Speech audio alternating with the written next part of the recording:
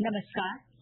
आकाशवाणी जयपुर अजमेर से प्रस्तुत हैं प्रादेशिक समाचार।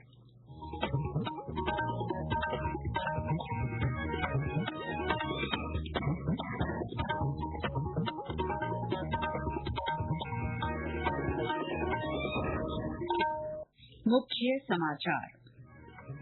देश में साइबर अपराधों से निपटने के लिए अगले 5 सालों में 5000 साइबर कमांडो प्रशिक्षित किए जाएंगे।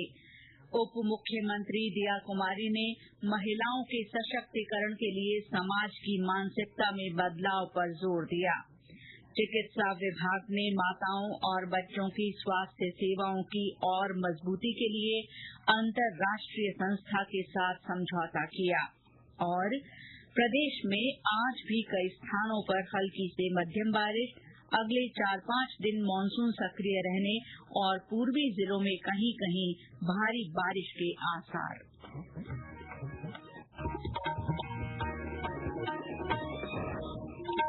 समाचारों के साथ मैं शीला चावला और अब समाचार विस्तार से। केंद्रीय गृह मंत्री अमित शाह ने कहा है कि साइबर अपराधों से निपटने के लिए अगले 5 वर्षों में 5000 साइबर कमांडो को प्रशिक्षित करने की योजना है। श्री शाह ने नई दिल्ली में भारतीय साइबर अपराध समन्वय केंद्र के पहले स्थापना दिवस समारोह को संबोधित करते हुए ये जानकारी दी। उन्होंने कहा कि देश की प्रगति साइबर सुरक्षा के बगैर संभव नहीं है। श्री शाह ने सभी हितधारकों से इस खतरे से निपटने के लिए एकजुट होने का आग्रह किया। श्री शाह ने कहा कि देश में डिजिटल लेन देन दिनों दिन बढ़ रही है। इस कारण साइबर सुरक्षा से जुड़े लोगों की जिम्मेदारियां बढ़ गई हैं। गृह मंत्री ने कहा कि हाल ही में प्रभावी 3 आपराधिक कानून देश में साइबर अपराध से संबंधित चुनौतियों से निपटने के लिए पर्याप्त प्रावधान रखते हैं। उन्होंने बताया कि साइबर सुरक्षा पर राष्ट्रीय जागरूकता अभियान शुरू किया जाएगा। उन्होंने सभी राज्य सरकारों से इस अभियान में शामिल होने का आग्रह किया। राष्ट्रीय पोषण माह के अंतर्गत जयपुर में आज सामुदायिक सम्मेलन आयोजित किया गया। सम्मेलन को संबोधित करते हुए उप मुख्यमंत्री दिया कुमारी ने कहा कि महिलाओं को सशक्त और आत्मनिर्भर बनाने के लिए समाज को अपनी मानसिकता बदलनी पड़ेगी। उन्होंने कहा कि कई महिलाएं जॉब करना चाहती हैं, कुछ उच्च शिक्षा लेना चाहती हैं। इन सब में परिवार से सहयोग की बड़ी भूमिका होती है।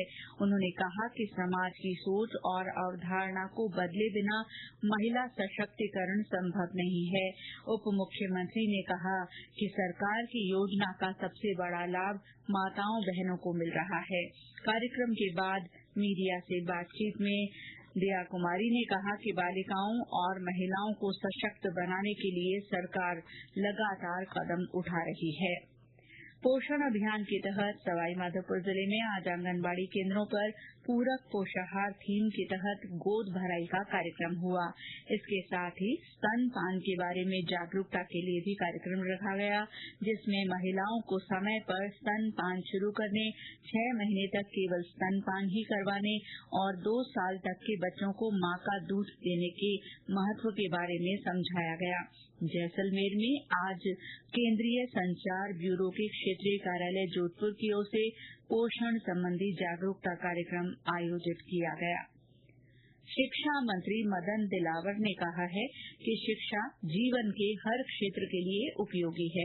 श्री दिलावर आज जयपुर में राजस्थान स्टेट ओपन स्कूल के संदर्भ केंद्रों के संस्था प्रधानों की अभिमुखीकरण कार्यशाला को संबोधित कर रहे थे। शिक्षा मंत्री ने कहा कि औपचारिक शिक्षा से वंचित नागरिकों को शिक्षा की मुख्यधारा से जोड़ने के हर संभव प्रयास किए जाएं। शिक्षा मंत्री ने राज्य का अपना पाठ्यक्रम तैयार करने की जरूरत पर जोर दिया। इस दौरान श्री दिलावर ने स्टेट ओपन स्कूल की 10वीं और 12वीं की इस साल आयोजित परीक्षा का परिणाम ऑनलाइन जारी किया।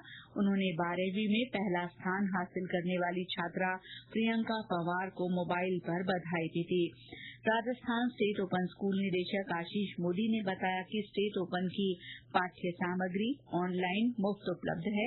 उन्होंने कहा कि स्कूल में प्रवेश के लिए न्यूनतम योग्यता या अधिकतम आयु सीमा की बाध्यता नहीं है। साल में 2 बार ये परीक्षा होती है। इसमें महिलाओं और बालिकाओं का प्रवेश मुफ्त है। जयपुर में स्मार्ट सिटी मिशन के तहत चल रही विभिन्न परियोजनाओं का आज 36 देशों के प्रशासकीय अधिकारियों ने अवलोकन किया।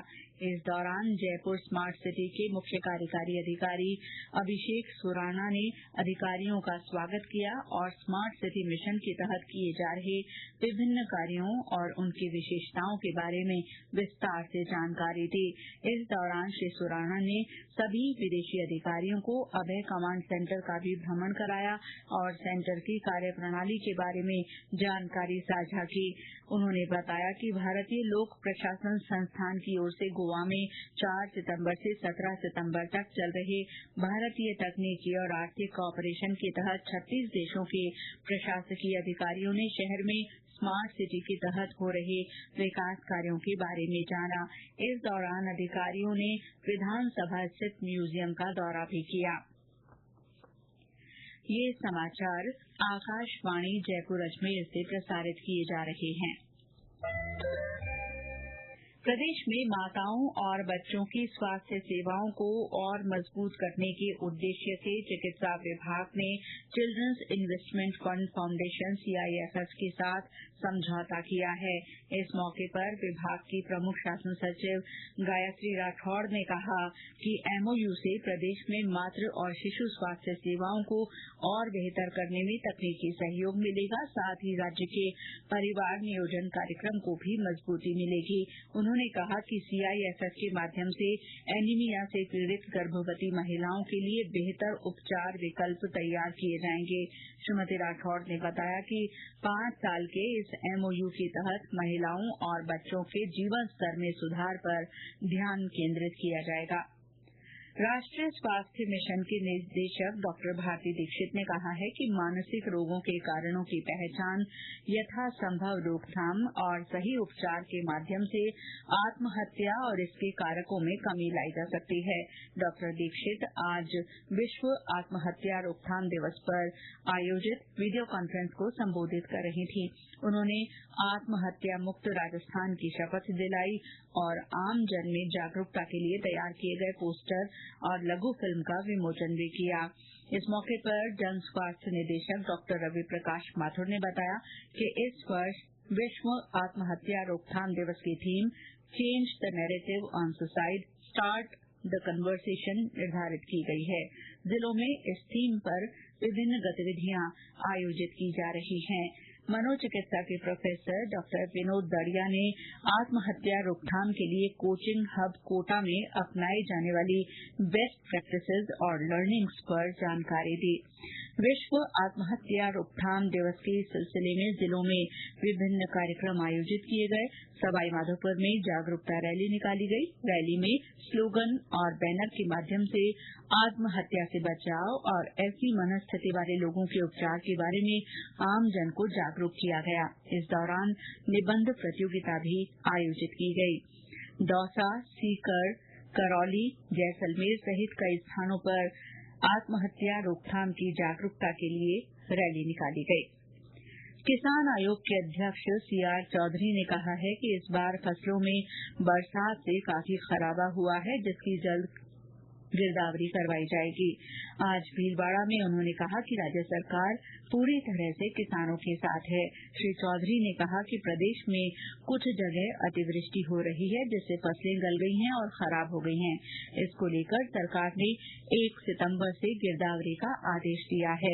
उन्होंने कहा कि इसके साथ ही सरकार अर्ली क्रॉप कटिंग को लेकर भी जल्द से जल्द सर्वे करवाएगी, ताकि किसानों को राहत मिल सके। और अब मौसम।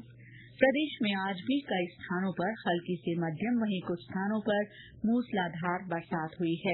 पाली में अच्छी बारिश हुई। सवाईमाधोपुर में भी सुबह धूप खिली, जिसके बाद दोपहर में रिमझिम बरसात हुई। चूरू में लगातार 2 घंटे हुई बारिश से शहर में कई जगह पानी भर गया। सिरोही जिले में रुक रुक कर बारिश हुई। पिछले 24 घंटे के दौरान सिरोही जिला मुख्यालय सहित माउंट आबू में 3 इंच बारिश और रेवदर में 2 इंच बारिश रिकॉर्ड की गई। बांसवाड़ा के माही बजाज सागर बांध के 8 गेट खोलकर पानी की निकासी की जा रही है।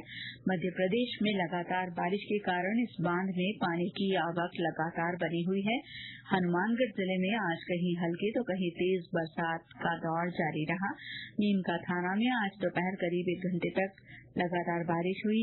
चित्तौड़गढ़ में सुबह हल्की बौछारें गिरी। टोंक में आज बारिश का दौर धीमा पड़ गया। जिले के बीसलपुर बांध के 6 गेट खोलकर पानी की निकासी की जा रही है। मौसम विभाग ने प्रदेश में अगले 4-5 दिन मानसून के सक्रिय रहने और पूर्वी जिलों में कहीं कहीं भारी बारिश की संभावना जताई है।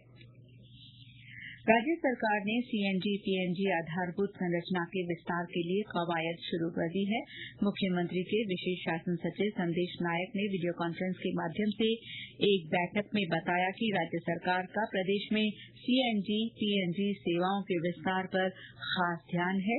राज्य सरकार द्वारा सीजीडी पॉलिसी भी तैयार की जा रही है ताकि प्रदेश में सीएनजी पीएनजी सुविधाओं का बिना किसी अवरोध के तेजी से विस्तार हो सके। अतिरिक्त निदेशक पेट्रोलियम अजय शर्मा ने बताया कि राज्य सरकार ने परिवर्तित बजट घोषणा में प्रदेश में 1 लाख सीएनजी कनेक्शन जारी करने और 2000 किलोमीटर पाइपलाइन बिछाने की घोषणा की है। बाड़मेर जसनाथी संप्रदाय की मुख्य पीठ लीलसर धाम में आज भादवा मेला भरा। मेले में बड़ी संख्या में आसपास के गांवों के श्रद्धालु शामिल हुए। इससे पहले कल आयोजित रात्रि जागरण में जसनाथी सिद्धों के द्वारा अग्नि नृत्य की हैरतअंगेज प्रस्तुति दी गई। इस प्रस्तुति में धधकते अंगारों पर नंगे पैर नृत्य किया जाता है। अंतर्राष्ट्रीय स्तर पर चल रहे सोना तस्करी नेटवर्क में शामिल मुनियाद अली खान को आज संयुक्त अरब अमीरात से भारत लाया गया। जयपुर एयरपोर्ट से एनआईए की एक टीम ने उसे अपनी हिरासत में ले लिया। गौरतलब है कि 2020 में जयपुर अंतर्राष्ट्रीय हवाई अड्डे पर तस्करी से लाई गई गोल्ड बार की जब्ती के मामले में मुनियाद अली को मुख्य षड्यंत्रकारी माना गया था। एनआईए के अनुरोध पर सीबीआई ने इस व्यक्ति के विरुद्ध इंटरपोल से रेड नोटिस जारी करवाया था। और अंत में मुख्य समाचार एक बार फिर। देश में साइबर अपराधों से निपटने के लिए अगले 5 सालों में 5000 साइबर कमांडो प्रशिक्षित किए जाएंगे। उप मुख्यमंत्री दिया कुमारी ने महिलाओं के सशक्तिकरण के लिए समाज की मानसिकता में बदलाव लाने पर जोर दिया है।